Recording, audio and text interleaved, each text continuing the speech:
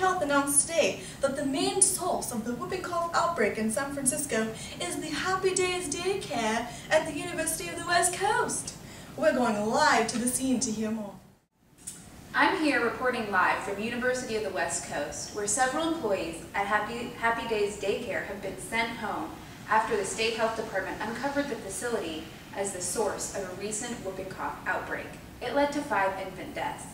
Whooping cough can affect all ages, but it's most deadly among infants.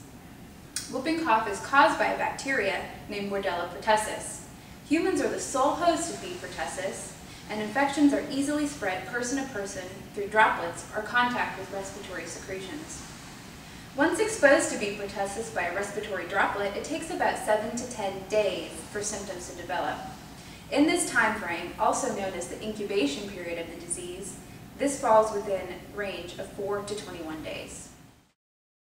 Pertussis is known as a highly communicable disease, meaning that it is highly contagious and easily transmitted to others.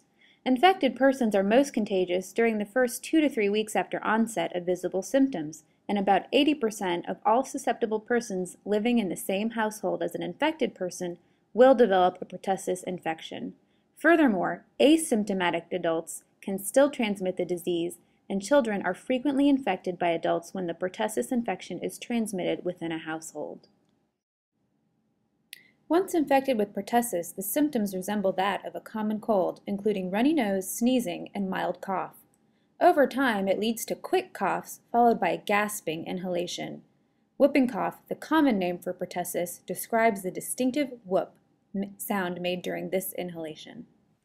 We spoke with the California Department of Public Health's lead investigator on the Outbreak team to get more information on this outbreak.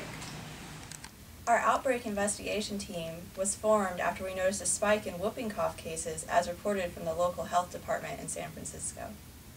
In order to establish an outbreak, our team examined recent prevalence and incident data on pertussis from the California Department of Public Health to make appropriate comparisons.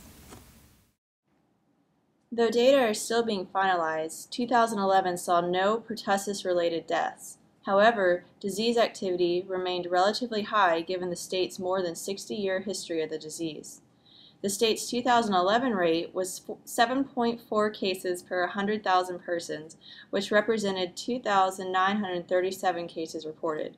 The year 2010 saw the highest rate of pertussis in 63 years, 9,154 cases for a state rate of 23.4 cases per 100,000 population, and 10 deaths were reported. Given these recent data, it is very probable that the 5 infant deaths and 800 new cases of pertussis reported in January 2012 to the California Department of Public Health from the local health departments represent another outbreak of the disease. Almost 400 of these cases occurred in San Francisco alone. In the first month of 2012, half as many deaths occurred due to pertussis as in the entire year in 2010. To verify the diagnosis, we first reviewed the hospital or clinic chart for symptoms of pertussis for each case.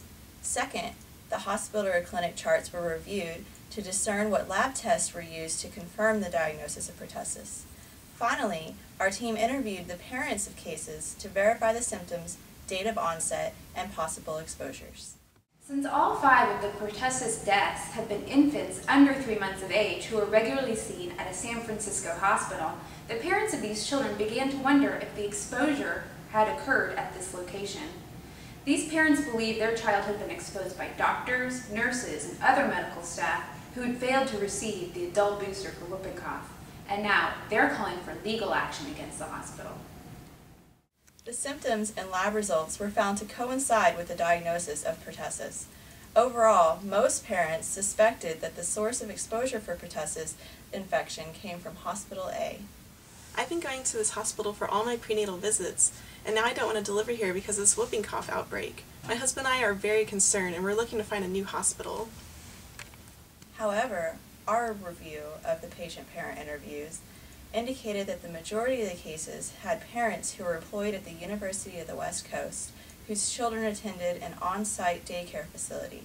The majority of infants were exposed either at the daycare or to someone who was associated with the daycare.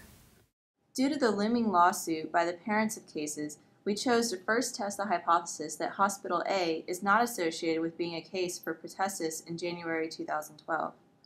We wanted to test that being a patient at Hospital A during January 2011 through January 2012 is not associated with an increased risk of being a child of ages 0 to 12 months infected with pertussis in January 2012. After using a case control study design, we found that there was no significant association between pertussis infection and visiting Hospital A. Furthermore, the odds of being infected with pertussis are the same in those who did not visit Hospital A as those who did visit Hospital A.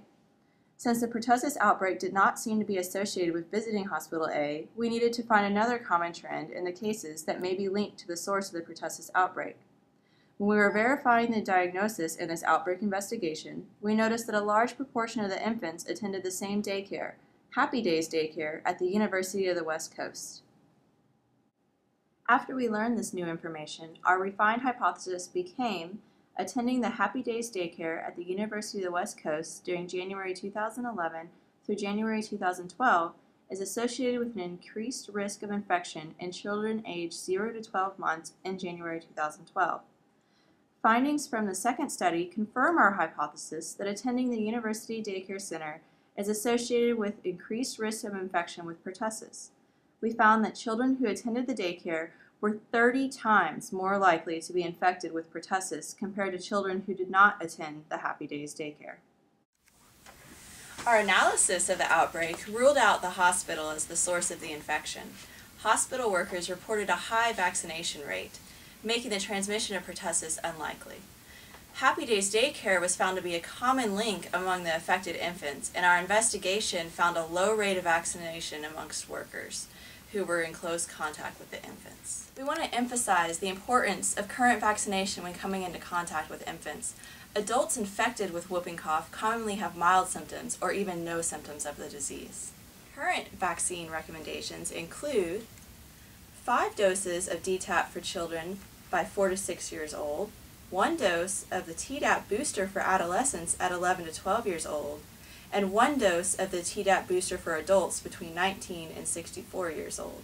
Adults who are 65 years old or older who have close contact with an infant and have not previously received a Tdap booster should receive 1 Tdap booster shot. I'm relieved to hear that my hospital is not the source of pertussis outbreak, but I'll definitely use this experience in my research for a daycare, and I'll also be requiring all my family members to get their adult boosters for whooping cough.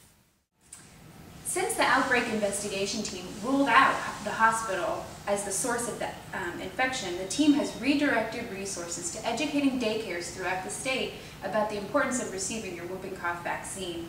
You can visit the California Department of Public Health's website to see an example of a toolkit that they've developed for this purpose. In the meantime, what you can do to prevent further spread of whooping cough is ensure you and your family members are up to date with current vaccine recommendations and be on the lookout for symptoms of whooping cough in both children and adults. Back to you, Annie. Thanks for covering this important story. And after the break, we'll learn why the FBI is investigating 3 local men for a crime they say they didn't commit. This and more local news coming up.